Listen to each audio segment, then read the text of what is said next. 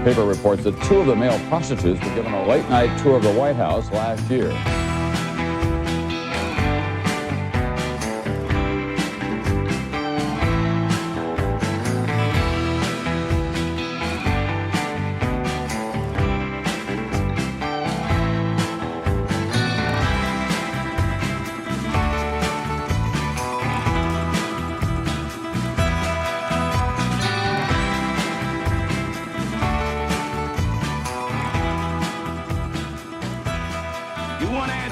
I think I'm entitled. You want answers. I want the truth. You can't handle the truth. Hi, everybody. My name is Nick Bryant, and welcome to the Nick Bryant podcast. Today, my guest is Brad Edwards. He was an attorney who fought very, very hard for a number of Epstein victims, and he is a true hero in that case. How you doing today, Brad? I'm good, Nick. Thanks for having me on. Great having you on. And tell us a little bit about yourself. So, look, I run a law firm in Fort Lauderdale in New York, and we represent crime victims. Our entire practice is exclusively representing victims of crime, shootings, stabbings, mass casualty type events, and of course, sexual assault. And I would say that, you know, in the last, let's call it 7-8 years, 80% of our practice has turned into representing sexual assault victims. So in 2008, you met a young woman named Courtney Wild. That's how you entered the Epstein wormhole. And could you tell us a bit about that? Yeah. You know, I had my sole practice at the time. Before that, I was a prosecutor. And so I had opened up my own firm as a sole practitioner, just representing crime victims. And I got a call from a guy named Jay Howell, who in the world of representing crime victims, people think of him as like the godfather of crime victim representation, because he's been doing it a really long time. He's one of the original founders of the National Center of Missing and Exploited Children. And he called me and said, hey, there's a person down in your area that wants to talk with a lawyer that's familiar with this criminal process and can navigate through the civil arena if necessary. I think that she has a pretty simple situation. She's cooperating in a criminal investigation and just needs some help speaking with the prosecutors on the case. Will you meet with her? And I told him, yeah. And I got a call from Courtney Wild. Now this is, you know, May, June 2008. And she came to my office and she had a pretty simple request. It was, hey, look, I want to tell you what's been going on. I was a victim of a sexual abuse starting when I was 14 years old by this very wealthy guy in Palm Beach named Jeffrey Epstein. And since that time, that began, I think, in 2002, about 2005, 2006, she was approached by initially state police and then later the FBI, and she was cooperating in a massive federal criminal investigation. She brought me a letter that showed, you know, they recognized her as a crime victim, and the letter said, I still can picture it in my mind, you know, that this is a large investigation, and we ask for your patience. And since receiving that letter, which was in 2008, she continued to call her victim advocate and the prosecutor, and nobody was talking to her. So her request of me was, hey, can you just get in touch with the government and tell me what's going on with the case? Because obviously this guy needs to be prosecuted. And in the course of meeting with her, she also described the scheme, you know, Epstein's way in which he got access to other underage children to abuse. And it was sort of like a spider web that she was brought by somebody that was of similar age and was a friend of hers. And then she brought some other 14 and 15-year-olds, and it kind of turned into what she said was hundreds of kids in Palm Beach that were being subjected to the same type of predatorial behavior by Jeffrey Epstein. And so that was my initial meeting with Courtney. And in 2008, you also wrote to the U.S. Attorney's Office and you said that Jeffrey Epstein was the most dangerous child molester in modern history. And you ultimately gleaned the documents from the Palm Beach Police Department that showed that they were aware of 23 victims. And then Jeffrey Epstein's dream team of attorneys, led by Alan Dershowitz, descended upon Palm Beach and started deconstructing the credibility of the witnesses. And actually, I think that the gentleman who ran that state grand jury, Barry Kushner, only called one of the underage victims. And when the grand jury returned and said that he hadn't indicted a single child or hadn't molested a single child, how did you feel about that? Well, I didn't know that had happened. You know, that's yes, it happened. That happened in 2006. That Krischer sent this to a grand jury. I didn't become involved or know anything about the case until 2008. So, you know, everything that was done in this case by the government was done in absolute secrecy, including what you just described. I mean, imagine they had already at that point in time uncovered 23 victims. Rather, if he had presented 23 victims to the grand jury, everybody would have known about it. But to slice it off and present one, even the grand jury was the fact of the grand jury was an absolute secret. So at the time that I was writing to the federal government, you know, this is a time where Krischer has essentially sabotages the state case, right? And the chief of police, Mike Ryder, writes to him and says, you got to recuse yourself because obviously this is not proper conduct by a state attorney. And the case gets turned over to the FBI and the U.S. Attorney's Office. So when I'm writing 2 years later to the U.S. Attorney's Office that Jeffrey Epstein is, I don't remember the quote, but I'm sure that you have it because I think you quoted me pretty accurately. The most dangerous in modern history. Well, look, I predicted pretty well, right? So I had spoken with Courtney Wild. I think I had talked with two of her friends who were also victims. So I understood the scheme, and I had done a FOIA request, a Freedom of Information Act request, and obtained some of the state attorney's files. So I had the case for 2 weeks, and that's what I gleaned from it and wrote that letter. And then the government wasn't getting back to me either. So, you know, what I thought was a simple telephone call that should result in a prosecutor saying, yes, you know, there's hundreds of victims here. It is a massive case. Like the letter says, we need Courtney and the rest of the victims to hang tight. It's going to be a massive federal prosecution. That's what I expected to hear. And that's what should have happened. That's what I should have heard. Instead, it was very cagey, the conversations, wouldn't tell me any information. So I started getting the feeling that something's going on behind the scenes. It was a gut feeling.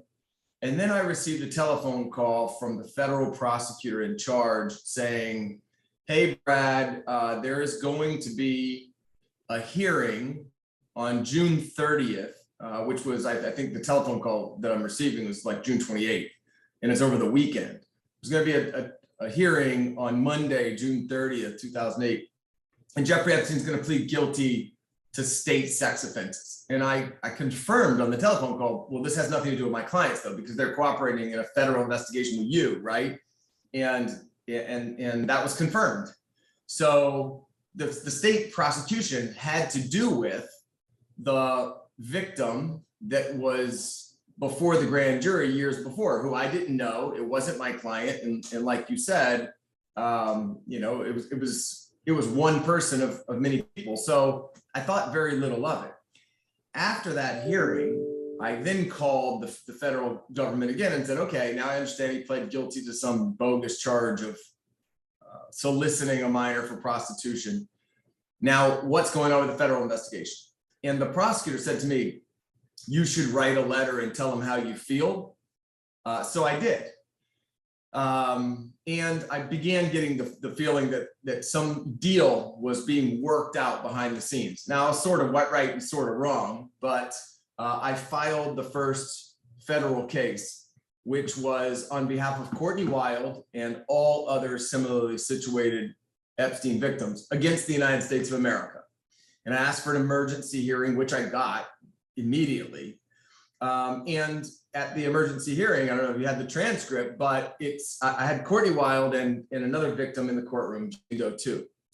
And I told the judge, look, the victims have rights under the Crime Victims' Rights Act. And one is to confer with the prosecutors before there's a resolution in this case, to be treated with fairness, to be treated with respect. And I started listing out all of these rights. So look, the government over here is not even talking to us.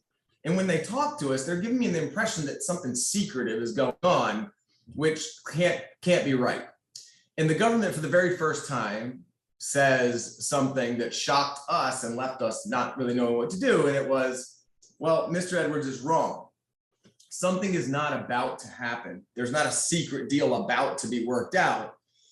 In reality, the US government negotiated back in September of 2007, so 9 months ago, a deal that essentially gave Jeffrey Epstein federal immunity, a non-prosecution agreement, so agreement not to prosecute him, so long as he would plead guilty to these lower charges in state court. And essentially all of the rights that Brad Edwards' client had, if they ever had them, are gone, because the deal is over. It's not about to happen. There's nothing imminent. It's over. And so, I start jumping up and down that this is violating the Crime Victims' Rights Act. And what does the government say? They say, no, in essence, there's a loophole in the Crime Victims' Rights Act. Victims are victims of indicted crimes. And because we, the government, prepared a 53-page indictment that could have charged him with hundreds, if not thousands of crimes, we never filed it. We held it in our hands. And since we didn't file it, we didn't trigger the rights. So therefore, we didn't have to confer with your clients before we worked out the deal. We didn't have to treat them with fairness. We didn't have to treat them with respect or dignity. And we didn't do those things. And they almost proudly said, yeah, we didn't give them any rights because we found a loophole and we exploited it. So what? And that was the beginning of the CVRA case. And how did you feel at that point when, all these children have been molested? You must have fulminated. Yeah, well, yes. And, I was a prosecutor myself. So yes, coming from a place where I believed that the system worked, and I believed that when I was in that role, I made the system work in my courtroom, especially for crime victims. This just made no sense at all. And I always thought, justice is blind and it's fair. And I was a young lawyer then. We're going back 14 years and a lot has happened that's kind of jaded me since then. But at the time, I believed, right always prevails so long as somebody's there to make sure that it does. So the harder part for me was not trying to wrap my mind around how this could possibly happen and how it's flipped the practice of law and what I thought was just laws of common decency on its head for me. It was how to answer basic questions in a hallway from Courtney and Jane Doe too, which were, so what does this mean and what do we do now? Because for a lawyer, normally that's easy, but when you're facing something so corrupt and so unjust and something that has already, from the side of the opposition, had some finality behind your back and before you even got there, it's a tough question to answer. It was heartbreaking, but, as that case spanned all the way until this year, 2022 is the final kind of act in that case at the US Supreme Court when they denied our cert petition. So, we fought that case for 14 years after that moment when the government was essentially saying it was over. With the Crime Victims' Rights Act, for those who don't know, the prosecutors have to tell the victims what the sentence is for the perpetrator, and actually the victims are allowed to confront the perpetrator. And that did not happen in this case. no one confronted Jeffrey Epstein. And actually, everybody except Jeffrey Epstein was exonerated, and Jeffrey Epstein had to spend 13 months in jail. So the Crime Victims' Rights Act, could you get into that a little bit in the battle that you had to, that wended for, I don't know, 12 years, 10 years? Yeah. So the first thing that we had to combat was whether or not victims have rights at the stage that we were at, which is the federal government rounded up at that time 40 victims. That means young children that were under the age of 18 who they had already verified by extrinsic evidence and statements and other corroboration were victims of Jeffrey Epstein's sexual abuse. They had taken interviews with them. They had provided them documentation telling them that they were victims under the Crime Victims' Rights Act. And then the government decided, we want to give this rich and powerful guy immunity, so we're not going to file the indictment we prepared so that we can work out a secret deal. And so our argument to the government, to the judge, was, you can't do that. You can't essentially discover crime victims, tell the victims that there's a long investigation so that they don't get an attorney to do anything about it and push you on it, and then exploit a loophole so that you don't have to afford them any rights. And we battled that for a long time, but there were battles in the process. So one of the first things we did was to prove to the judge that this really was a conspiracy between Jeffrey Epstein and the government against the victims. That was the alignment all along, was we wanted the email exchange between the lawyers, which there were a bevy of them for Epstein. You know, he had an army of lawyers. Alan Dershowitz was one of, 20. And the government. We wanted those emails. And we figured, like most criminal cases, even big criminal cases, there's going to be 10 or 15 emails, because there had to be something to work out this non-prosecution agreement. Well, we fought that for years because the government didn't want us to get them, and Epstein's lawyers didn't want us to get them. We were in a fight, victims versus government and Epstein, and we were looking back at the judge saying, I told you what the alignment was, look at this. And the judge ruled the victims should get the emails to determine, was there this conspiracy that they're alleging? Was there an intent to violate the Crime Victims' Rights Act, to work out a secret deal and lie to the victims in the process? Well, we won that at the district court. Everybody appealed. The government appealed, Epstein appealed. So now we're at the 11th Circuit. Again, same alignment. 11th Circuit agreed with us and said, the victims have properly filed this lawsuit. They're entitled to these emails. So we start getting emails in bunches and all mixed up. It was as if the government had taken all of the emails, printed them out, threw them on the floor, played 52 card pickup, just handed us a bunch of documents, you know? And so it's hours and hours of kind of sifting it through, but it wasn't 10 or 15 emails. It was about 3,000. The stack was this big. You know, it literally was over your head. And you start reading the emails and you realize that it is in black and white a conspiracy to figure out from the very beginning, hey, look, here's all the crimes he committed. Now we have all of these hundreds, if not thousands, of federal crimes, far stronger than the New York indictment many years later. This is, 40 victims, and they stopped investigating after a while. They figured, look, this is going to grow so big. We have a good handle on the base here. How can we figure out how to wrap this up in a way that is okay with Epstein? And that's really what it was. There was even an email in there. There's a bunch of them that are offensive, but there's an email in there where the government asked Epstein's lawyers, will Epstein take a plea to slapping his girlfriend, Sarah Kellen, and will charge him with a misdemeanor for that in exchange for immunity? That was an email, and they prepared an indictment for that, like slapping Sarah Kellen. Finally, the government writes back and says, look, somebody in the office thinks not a good look if we have him plead guilty to slapping one of his conspirators, So we're kind of like back to the drawing board. Let's figure out something else that'll work. And that's what it is, back and forth until they finally decide, here's what we'll do. Because the problem we're running into is if we have him plead guilty to any crime that involves any of these victims, we're gonna have to notify the victim. And the victim's gonna go crazy. It's gonna end up in the newspaper, and it's gonna foil our conspiracy, our plan. So here's some of the things we'll do. First, I'm gonna get before the judge, and I'm not gonna tell him, this is in writing, I'm not like, there's no hyperbole here. We'll get before the judge, and we won't tell him the number of people that we could charge him with crimes or the number of crimes.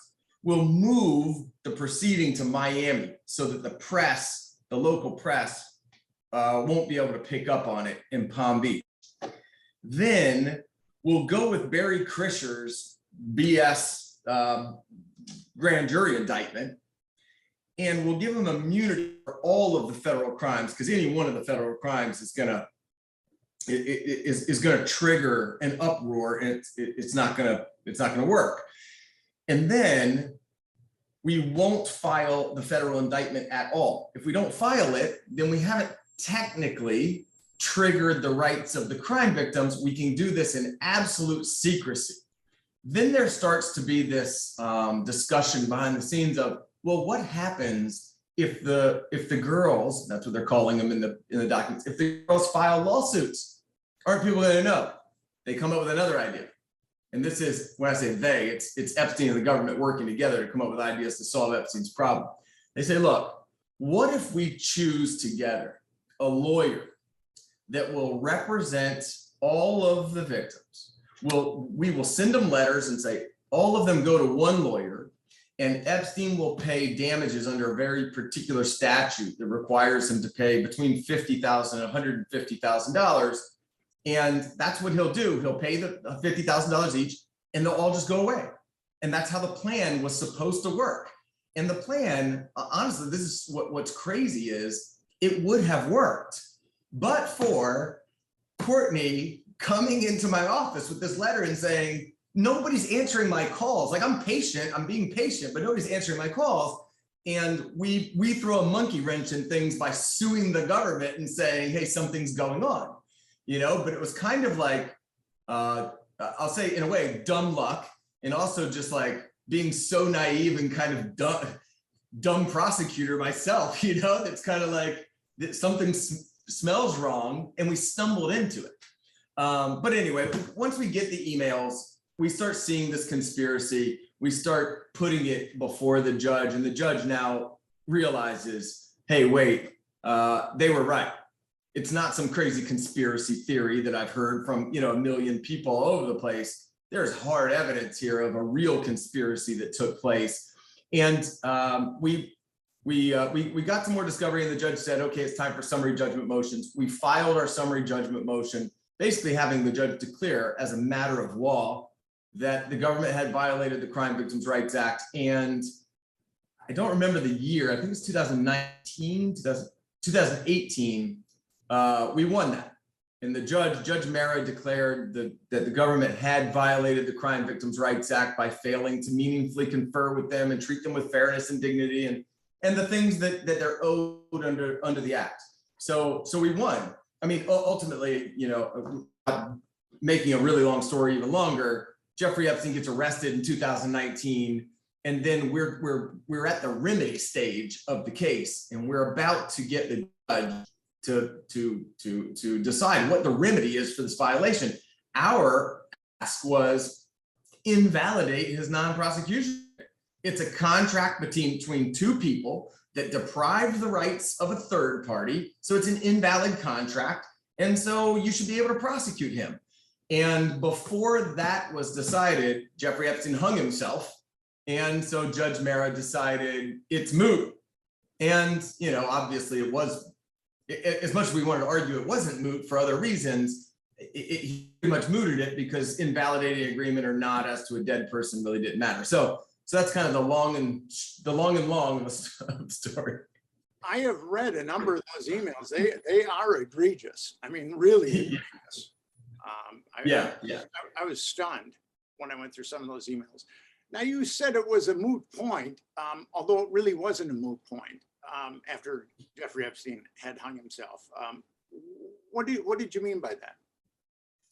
Well, so the non-prosecution agreement did not only give Jeffrey Epstein immunity, it also gave carte blanche immunity to 4 named co-conspirators, which were Nadia Marcinkova, Adriana Ross, Leslie Groff, and Sarah Kellen.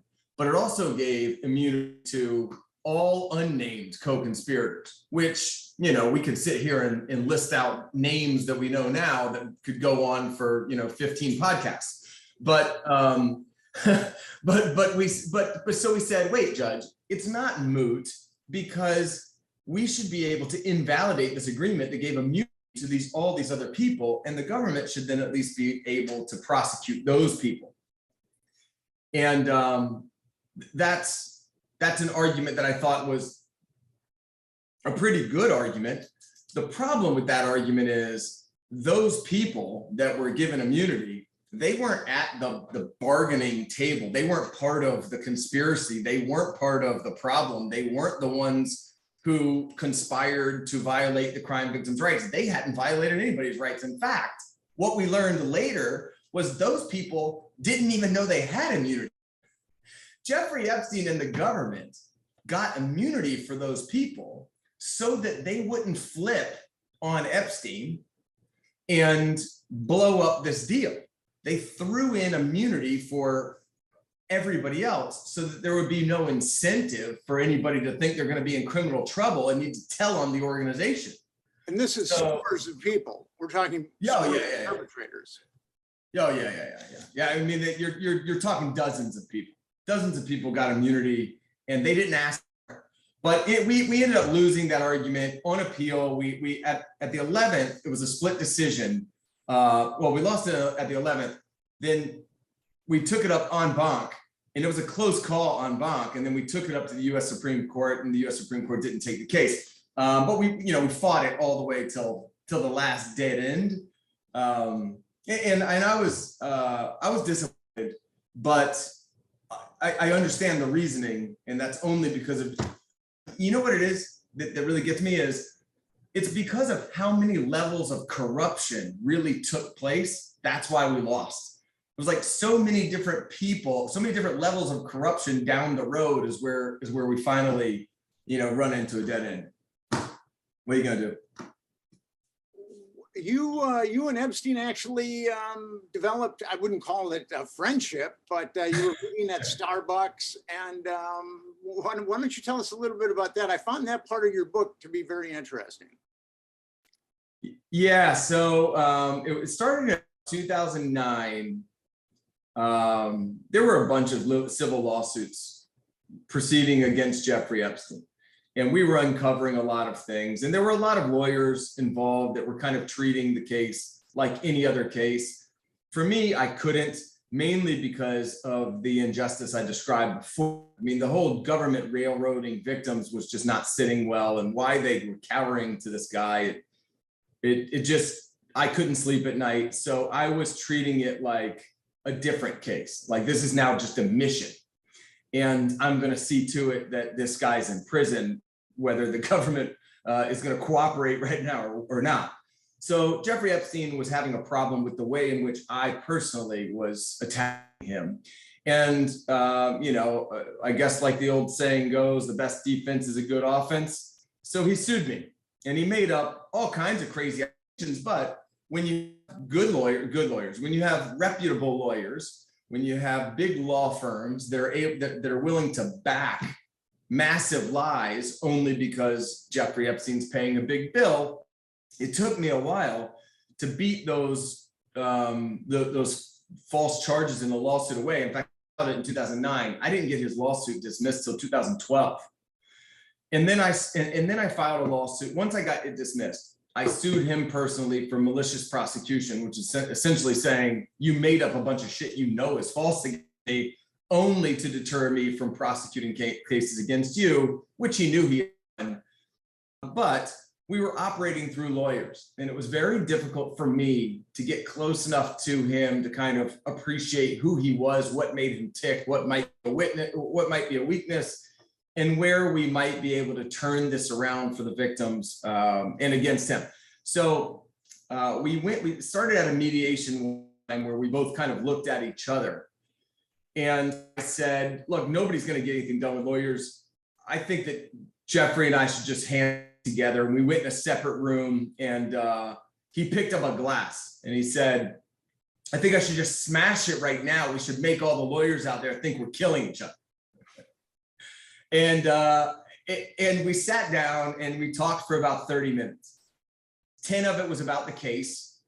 10 of it was me asking him questions that I was just curious about with respect to some of the other people in his life, which I think I covered some of that in the book. I can't remember what the legal department at Simon & Schuster took out, but we covered that. And then we developed a relationship, not a friendship, but a relationship that was treat you with respect. You're going to treat me with respect. And from now on, when you have to talk to me, call me. And if you want to meet, we'll go meet. And so we started meeting, usually at the same Starbucks, but he invited me to his house. I declined. He invited himself to my house. I also declined. But yeah, I think I described it in the book, which is as accurate as I can. When we were sitting across the table from each other at a Starbucks, you would look over, you would think those are two friends, because he was charming, he was charismatic, he was funny.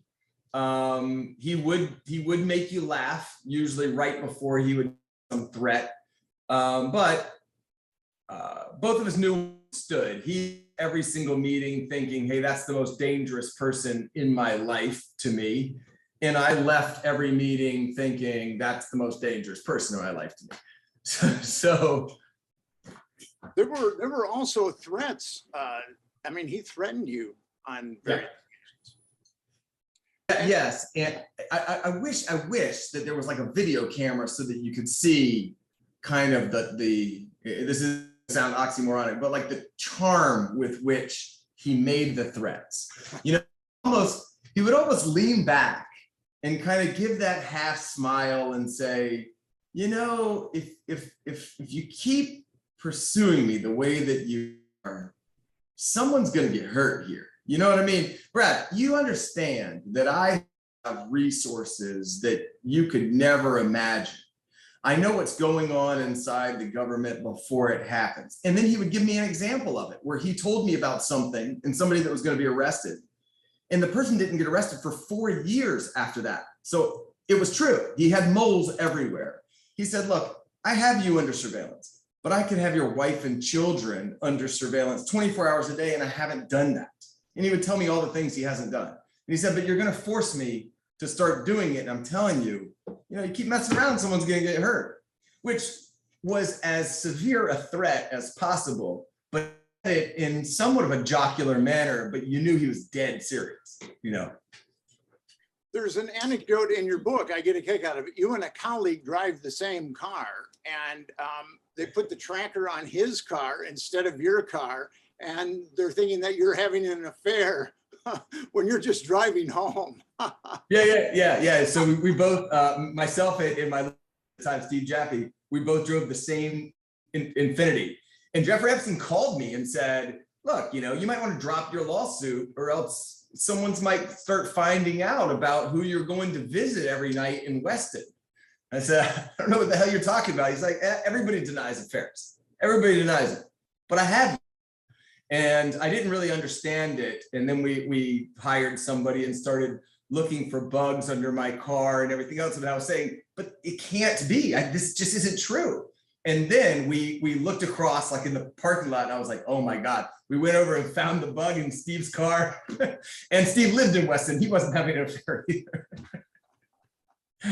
So it was actually pretty funny, but like, what kind of a goofball thing to do too. And then he had to, just knowing him, when there's egg on his face like that, there was hell to pay for whichever investigator screwed that up. It just made him look so stupid.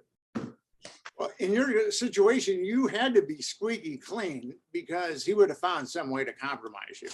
Absolutely. Yeah, well, that was all we wanted to do. You know, that was his thing. And you had a pleasant chat with his bodyguard who said, you don't know what you're dealing with. And then he also told you that Epstein had sent him to a class at Langley headquarters, or at the CIA headquarters in Langley. What did that revelation, what did you think of that revelation? Yeah, so there's a few. I went and met with a witness in Barcelona in 2016, a very important witness that was uncovering a different part of the case for us that dealt with the sexual abuse that had happened on the island. At the time, we didn't have a whole lot of information about the differences of the various properties and the crimes he committed at each, which weren't all the same. So the island was different. That's where like the most depraved acts happened, the worst kind of violence. And she told the story over there where she was so abused that and so desperate that she tried to swim off of the island, which was surrounded on all sides by these enormous sea urchins, which let me just footnote that for you, that when I went to the Virgin Islands, I'm gonna tell you a story like where I probably just admit to trespass or something, but I went to the island, rented a boat, not rented a boat. I got on a boat, there was a captain, and I asked to be taken over the island. And they said, we can get you pretty close. And they took me pretty close. I was about, let's call it 200 yards off. And they said, this is as close as you can get. And I just ran off the front and dove in and swam towards the island. And the captain's like, what is this? So he's like left there, not knowing what to do. I swam. I forgot the story that this witness had told us. And I stood up in the shallow waters and there were sea urchins everywhere.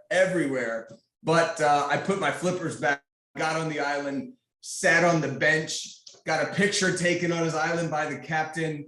So I have proof of this craziness. And then, but what she had told me is right. There are sea urchins everywhere. That he surrounded it so nobody could escape. And it's true. He just did it. So anyway, she tells me the story and she says, I said, is there anybody that can verify the story, that can validate the story? Because what happened? And she said, I started swimming off. They sent people to go get me and bring me back and essentially held me against my will. I said, okay, was there anybody that was a good person there? And she said, yes, there's one. The bodyguard that was there was a good person. He's a good human being. He'll tell you the truth. And I said, okay, I'm gonna track him down. So I did. So when I get back to Florida, he was in Florida, tracked him down. This is 2016. And he says, look, I don't want to talk about this. I work for him anymore, which I had known, but I'll meet you. Ironically, he met me at the same Starbucks that I was meeting Epstein. And so nice guy, super nice guy. But for somebody who looks like he's never scared of anything, he was somewhat frightened. So we talked for a long time. He didn't let me record it. He didn't let me take notes. But we talked for a long time, and there's just certain stories that stick out in your head forever. And one of them was he was trying to explain to me that you don't know how bad he is. What you know is what he does to girls. And this is him talking. I know that too. But he's also just a very dangerous person and a really connected person. And there's no way you can ever bring him down. He told me about how he has the government in his pocket. And I'll give you another example. When he was in jail, so we're talking 2009, 2010, Jeffrey Epstein sent me to Langley. And it was a week long that this is bodyguard talking, was in classes at CIA headquarters. And at the end, this guy came up and gave me a book. He thought that it was a book that was written by someone in the CIA. I don't remember if he told me the name or not, but he said, look, the most important was there was a folded up handwritten letter inside that I was not supposed to look at. And I didn't look at it because I knew better than to look at it. And I was to deliver that to Jeffrey Epstein. jail. And I did. And so he said, the point of that is, I don't know what was in that letter, but the point of that is, while Jeffrey Epstein was in jail, the CIA was writing personal letters to Jeffrey Epstein and having me deliver it to him. You don't want to mess with this guy. And he went on and told several other fairly scary stories about who they would meet in different areas of the earth, and the types of people, the names of people that could cause Jeffrey to drop everything he was doing and get on a plane and go see them and do business. So his end message was, you are on Jeffrey Epstein's radar as like person number one, so be careful. And when he said that, I had one death threat investigating the Franklin scandal. They're kind of disconcerting, at least the first one. Well, that's the only one, but you were tenacious. You were not going to stop with this under any circumstances. Well, it was one of those things where you're just too far down the road to turn around. I was in the middle of a personal lawsuit with Jeffrey Epstein. I was still at the time trying to unwind the agreement. I couldn't sleep before I get to the bottom of why is the government bending over backwards for this guy, especially to the detriment of hundreds of young girls and women. And it just seemed like if I don't continue and I take heed and stop here, then nobody does anything. It really is me or nobody. So, I don't even know that all went through my mind. That's more kind of me now rationalizing why it was. But at the time, it just felt like there's only one right thing to do. And so that's what we're doing. And so we continued. I mean, that was it. Everybody who I've talked to has said that you've always done the right thing. I mean, I've gotten stellar reviews from everyone that's been associated with you. I want you to know that. That's great, man. That makes me feel really well, really good. I can tell you, that's it. So the government and Jeffrey Epstein, we have hidden cameras in Florida. We have hidden cameras in New York City. We have hidden cameras on his island. I wrote an article about Jeffrey Epstein. It was pretty comprehensive. I don't know if you ever read it, but I talk about, in that article, I talk about he's probably compromising some of the most powerful men in the world. And there's no way that he could do that. A college dropout from a blue collar family in Coney Island could not blackmail really powerful men unless it was some very powerful organization behind him that told those powerful men that if they mess with Jeffrey Epstein, there would be retribution. Have you come to that same conclusion? Yes. Yeah, and I think it's on both sides too. I mean, I don't know how deep any ties that he had with any faction within our government or foreign governments, because I don't think that it's all, that his only connections were with individuals, at least within our government, which he did have very close connections with high-ranking people within our own government. I think we know that. Whether there were formal ties at the end, I don't know that. I have a pretty good, including Jeffrey telling me himself that there were at one point in time formal association between him and the government. He told me that several times. I think that there were, based on my conversations, at least with the bodyguard, there were, he had the backing of other foreign governments. And then he had very, very wealthy people that may not themselves serve as kind of henchmen, but that are wealthy enough and into things that they need their own kind of muscle. And they all supported Jeffrey Epstein. I mean, Jeffrey Epstein was like the kind of messiah for these people. The why is something I to this day don't know, and I don't think that we have the right people under oath to kind of give us some of those answers. I think that we might, though. I really think that in the next couple of years, we might actually get some answers from some of those people, but there has to be pressure for them to talk. I've been writing about child trafficking and researching child trafficking for about 20 years now. And we know who a lot of those perpetrators are, a lot of them. And why do you think that the government isn't going after them?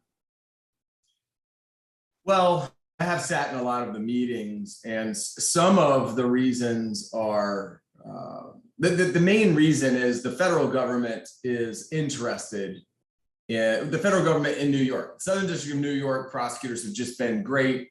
They've been really good to us. They've been great to the victims, and they are interested in prosecuting others for federal crimes. Most of the criminal activity. So let me just back up for a second.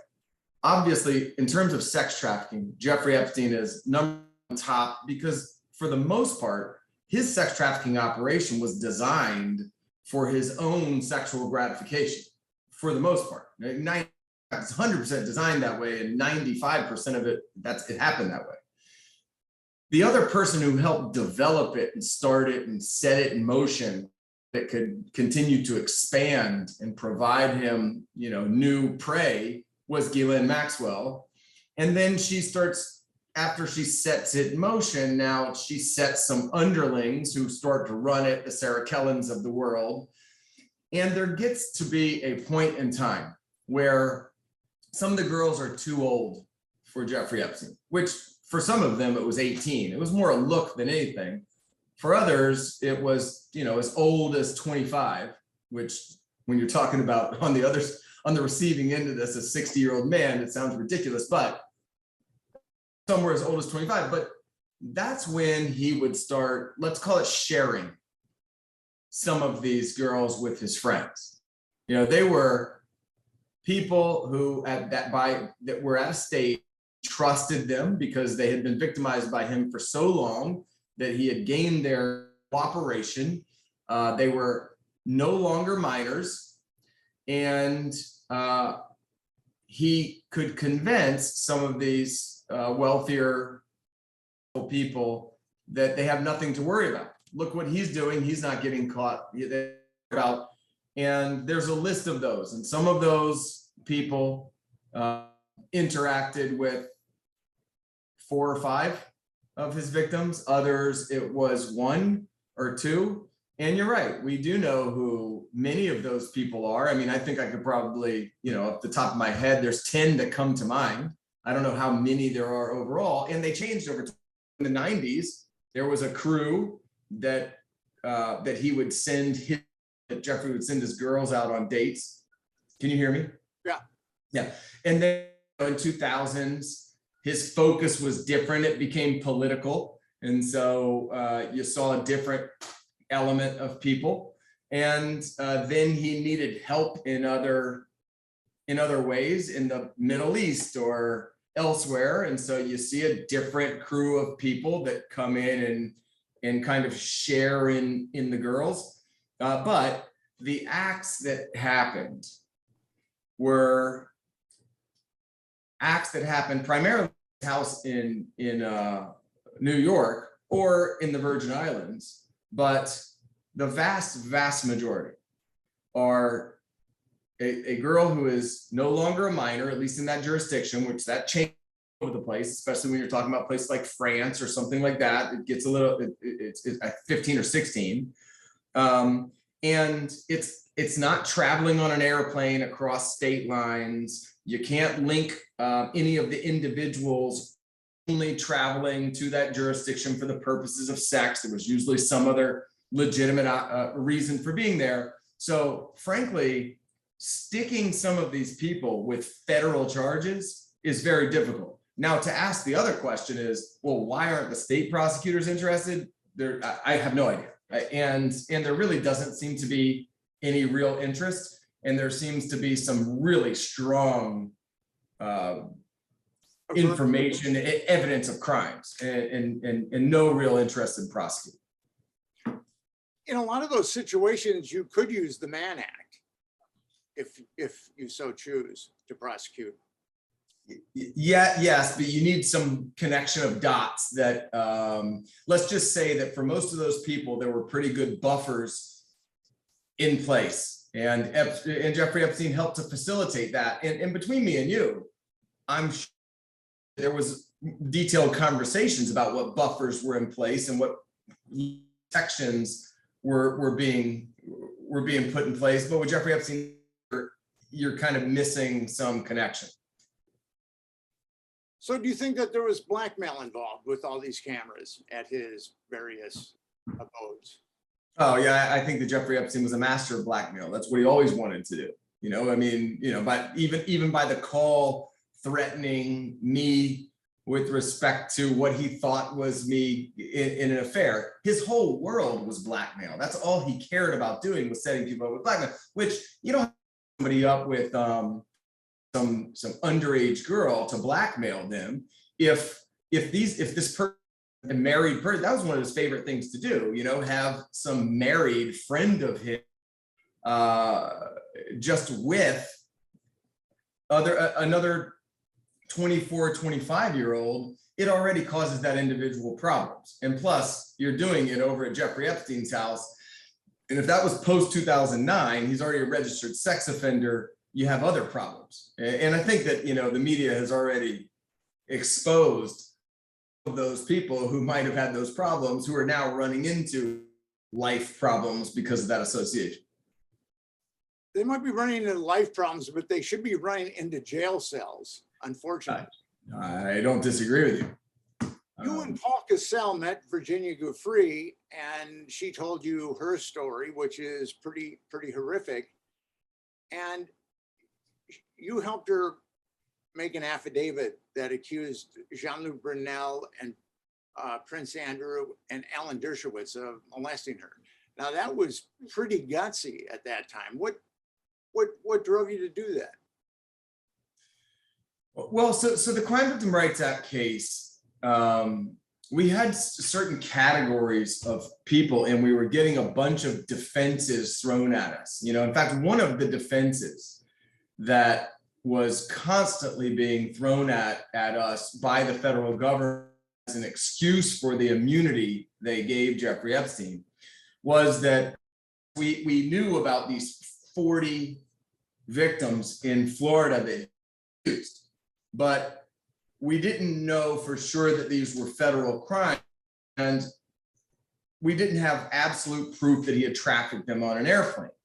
However, at that point in time, I had the flight logs that I had subpoenaed from his pilots. I had Virginia Roberts, then underage, traveling on the flight logs.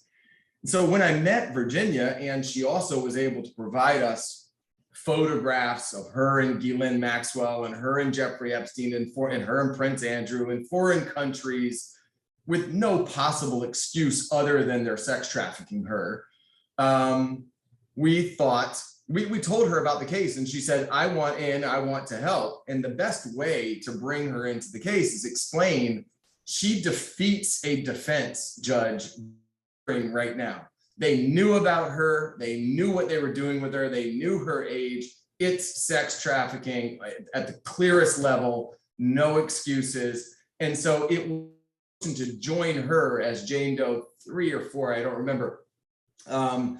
And so she wrote this affidavit to explain why it was that she was important. And I do think that, you know, we could have named a lot of people with respect to Virginia, because she was somewhat uniquely positioned in that she came around at an interesting time in the organization, where the organization in flux for a bunch of reasons. I won't get into all of the details, but Ghislaine was getting kind of too old to be the girlfriend. She's constantly trying to recruit younger and younger. She recruits Virginia. Virginia's family is not stable at all, to say the very least. They develop some trust with Virginia, and so they start doing something. The organization, start doing something with an underage girl that they hadn't done before. And that is introducing this underage girl to some of these powerful and wealthy people, and even lending her out to some. In the past, prior to that date, they had kept the underage girls out of the view of some of these people. And then, it was only a 2-year period of time where they really made this mess up on multiple occasions. After Virginia absconds to Australia, it freaks Ghislaine out to death. I mean, Ghislaine loses her mind that, oh my God, this person who we've entrusted with introducing to all these people has now essentially, and she tries to put some distance between her and Epstein, and she's doing it at a time where Epstein's addiction to underage girls is so extreme that you couldn't stop that train, right? So we thought she's super important, but we're only going to put in this affidavit the people who matter to the case. And one is Prince Andrew. It's national, it's overseas. The other is Jean-Luc. I mean, we have him flying internationally. It's Jeffrey Epstein, and then one of the others. We thought, hey, mate, that kind of makes an explanation. This is all just a fraction of the story she was telling us too. So to me, it all made a lot. And that was 2014, and some people thought we were crazy. Now, Ghislaine got arrested, Jeffrey got arrested, Jean-Luc got arrested. So it doesn't seem like that affidavit or that filing was nearly as crazy in retrospect as most people thought that it was at the time. Well, Alan Dershowitz vowed to the American lawyer that he was going to make sure that you and Paul Cassell never practiced law ever again. And he made that with strong conviction. What are your thoughts about the professor? The professor. I mean, yeah. I mean, he's true to himself. He's true to his philosophy. I think I don't know that I'll get the quote right, but he has a pretty famous quote. It was like, if the facts are on your side, bang on the facts. If the law's on your side, bang on the law. If the facts of the law are on your side, bang on the table and try your case in the court of public opinion. And so he did it. And I think that he got traction for a longer time than I would have liked. But he pointed out with all of these kind of moments where allegedly Paul and I should have known she was not telling the truth. And he lists all of them. And over time, what we've learned is Virginia was telling the truth about each of those things. It started chipping away, And I think the more that he talked, the more that people realized, look, nobody knows what happened between Virginia and anybody years ago. You only know what the evidence shows us, and what we're end up left with is like a credibility contest. You sit with Virginia tells you all this stuff, and it might sound crazy. Then all of a sudden she has a picture to prove it. She's been on flight logs that she hadn't even seen. And then she's in this book over here. And then you realize, oh wait, all of the things she said is true. And then on the other, weighing the credibility of somebody who is always coming to the defense of whoever the most hated person is in the world at the time, and trying to justify other conduct. And so, and generally rapists. He likes to represent rapists. And any other kind of bad guy, right? I mean, Klaus von Bülow and O.J. Simpson. It's like, let's try to pick up kind of the dirt of the world and figure out how to allow them to flourish, screw things up. I mean, that just seems like, why not? But it was just representing Jeffrey Epstein. He was one of Jeffrey Epstein's, closest pals. He was. And, he even has a quote in one of these articles that, if Jeffrey Epstein wasn't wealthy, I would still go for walks with him or whatever on Coney Island and eat hot dogs. Hot dogs on Coney Island, yeah. Yeah, Jeffrey Epstein's the only person other than my family, he says, that reads all of my books before they're published. Jeffrey Epstein was basically in that category. It was his family. Well, it's just not a very, I understand that once somebody in your family starts getting busted for doing all these bad things, and it filters out to the rest of the people that are just, hanging out with him, that that you have to start screaming loud about everybody who's trying to bring him to justice. But, you know, I think there was a time in the deposition I took of Alan Dershowitz where he told me essentially that if I used his words against him anymore, that he would, I think, turn me into the ACLU or something. Whatever. It's interesting in the same American Lawyer article where he says that you and Paul Cassell are going to be banished from the law. He says that he never flies without his wife and his daughter. And in the article I wrote, I had flight logs, and he was on flights with women named Claire and Hazel and Tatiana. And all of a sudden, there was a question, who is Tatiana? And here's this Mr. Serious who's been banging on his table saying, I'm innocent, I'm innocent. And he goes, oh, I think it's my mother. You know, so at that point, it's indefensible what he can do it. And he can just crack a joke about it. I mean, because the proof is so powerful against him that he has no other alternative but to crack a joke and make light of it. And ultimately, you and Alan Dershowitz and Paul Cassell, you reached an accord of sorts. Well, yeah, we sued him for defamation, and we ultimately settled the case. You know, I wasn't happy really about the statement that had to be released as part of the settlement, but to me, there was a much bigger picture. At the time, we were suing. We were suing Ghislaine Maxwell for defamation of Virginia, and I couldn't represent Virginia in that case until I could get out of this case without. So part of the reason for us settling that case and agreeing to settle that case with him and not taking him to trial for the defamation, we wanted to get to the bottom of what had really happened with Ghislaine, what had really happened with Jeffrey through the lawsuit that we filed against Ghislaine Maxwell. And it turned out to be the right move because we litigate that for till 2017. And that case settles on the courthouse steps, which was probably one of the harshest blows to me. The settlement of Virginia's case against Ghislaine, and I think I cried all the way home. I wanted to try that case so bad, but he had uncovered all of the evidence that was used in the trial against her. I mean, the 4 victims that testified, that was that case. That case uncovered those people. So we had put together what we knew was a damning defamation case against her, you know, for saying Virginia was a liar, that she wasn't sex trafficked. But we had also put together what, in essence, turned into a criminal indictment years later, too.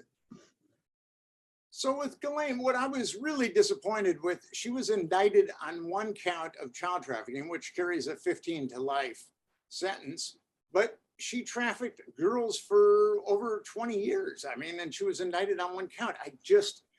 I find that really troublesome. And Sarah Kellen and Nadia Marcinkova not indicted. I find that really troubling.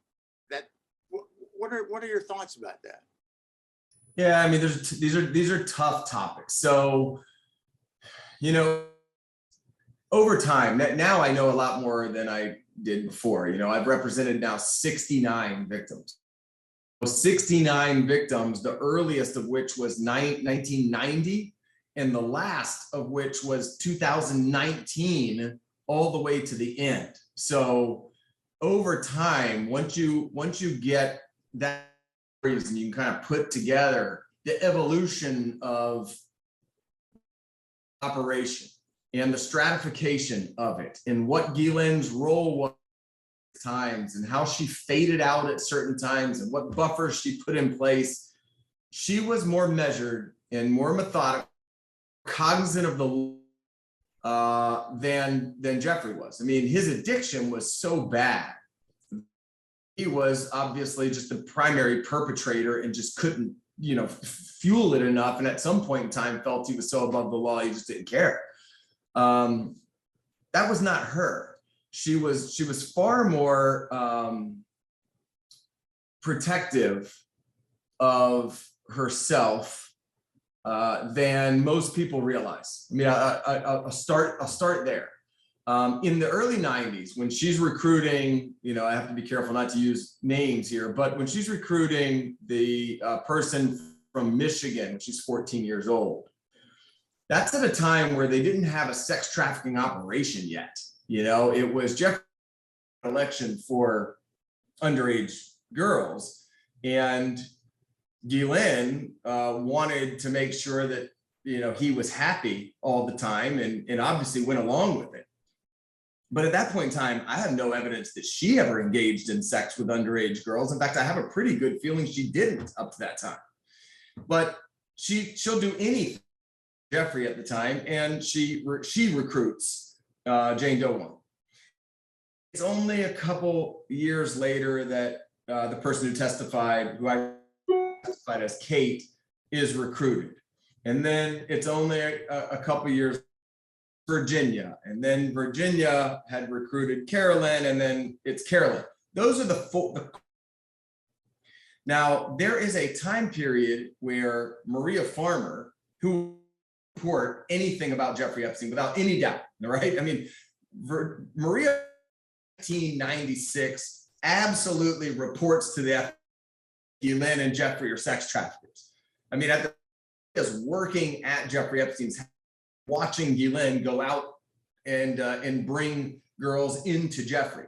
But Guylaine's not interacting with those girls sexually at that time also. She's creating a buffer. How about this? All of those girls, we know that they exist. We haven't seen them. I'm telling you right now, I would tell you if we've seen a group of girls from 96 through recruiting Virginia in 99, there are a lot. We haven't seen them. I don't know where they are. I don't know what was done to make sure that they don't come forward. Something was, but they don't exist. And so you have four very, very clear victims, Guylaine's direct sex trafficking. But by that time, by Carolyn, which is coming in 2001, Guylaine has set up an operation that now it grows itself. They don't need Guylaine to go find girls anymore. The girls find girls and they grow. So Guylaine then is indirectly responsible for literally hundreds and hundreds and hundreds of victims. But as they start pouring in, Guylaine realizes, I can get, not only am I seeing all these girls pouring into the house that I directly talking to, now she's implemented Sarah Kellen to be the person talking to them. So any of those girls, they only know Sarah Kellen. They're not going to know Guylaine anymore. But then in 2002, Virginia makes the says, hey, I know you sent me to Thailand to bring this girl back. I'm out. And she goes to Australia. That spooks the hell out of Guylaine. But Guylaine is still indirectly responsible for all of the rest of them. This whole thing in motion. So as much as everybody wants, hands were right up front directly with each one of these underage girls, they just weren't. And I think that she was as careful as she could have been. I do think that the indictment and the case against her, if many others would have cooperated, which there were many others on the fence that ultimately didn't cooperate, it could have been much stronger. But the Southern District of New York made a decision, and I respect it, that if there were victims that were adamant that they did not want to participate in the prosecution out of fear, reprisal, whatever, they did not include them. And that's a tough decision as a prosecutor, but it worked out. We don't have to play Monday morning quarterback because they got an indictment, and given, I think that 20 years was the judge's reasoning was fair, in my opinion. Now you're talking about all these girls in the 90s that didn't come forward. Is there any surmise of why they haven't come forward? I mean, what do you think? We know of a lot that have come forward. I represent a lot of women who were recruited in the 90s, But the women who have come forward were the women who were recruited when they were 18, 19, 20 years old. It's the high school girls that Maria Farmer describes starting in 95. And we know that that makes a lot of sense because we know of Jane Doe 1, who's recruited 93 or 94, I don't remember, but she was only 14. We know of Kate, who's recruited when she was 17. So we know that it's happening. So I have absolute confidence that Maria's right, just don't know where they are, what they've done. Now, I guess I would surmise they were either paid off or signed non-disclosure agreements that are very scary, which I've described in my book.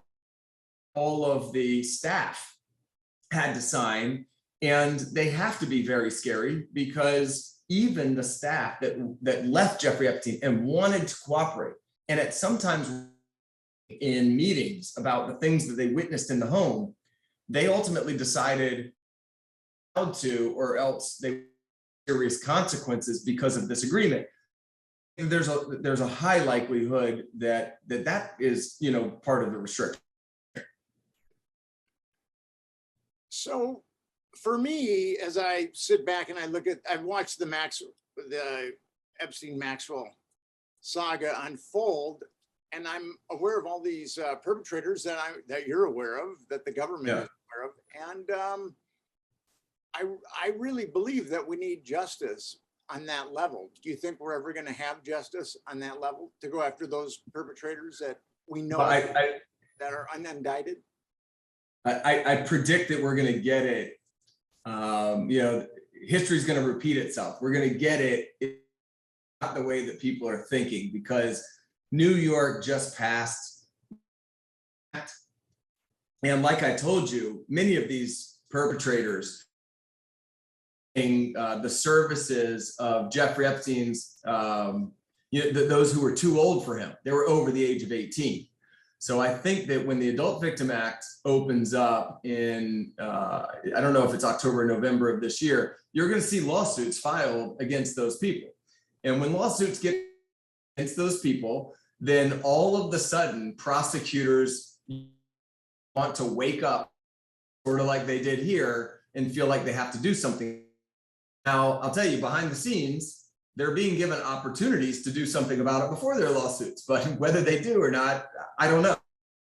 I think that window of time, that 1 year window of time, these people, and you know, once it's public, then people like you and others can start helping to put some pressure and bring justice to the situation. Because I agree with you. There's no reason why certain people haven't been held accountable for what they've done. Well, Brett, I want to thank you for coming on the Nick Bryant podcast. Hey, I had fun, Nick. You know, I usually turn these things down, but I came on here because, one, I just really like you. Your book was awesome. I remember reading it years ago. We had so much fun talking, finally talking about this subject with somebody who knows the right things to ask and knows the right places to look. And so, you know, I really appreciate everything you've done too. Well, keep on fighting, and I'll keep on fighting. Hopefully we'll win. All right, good. Nice talking with you, Nick. Great night. All right, you too. Bye. Bye.